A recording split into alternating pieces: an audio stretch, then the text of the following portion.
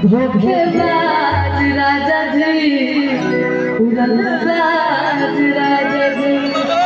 हुनकर आधा पलक सोहारे चटेला होको खाली कर रहल छी हैं। हुनका पर विशेष ध्यान इहो सब दै छथिन कि हमर मोहन सजन बहकाबै छी, झूठ मूठ के प्यार दिखाबै छी। हमर मोहन सजन बहकाबै छी, झूठ मूठ के प्यार दिखाबै छी। जिंदगी चलो हमर बर्बाद राजा जी, जिंदगी चलो हमर बर्बाद राजा जी।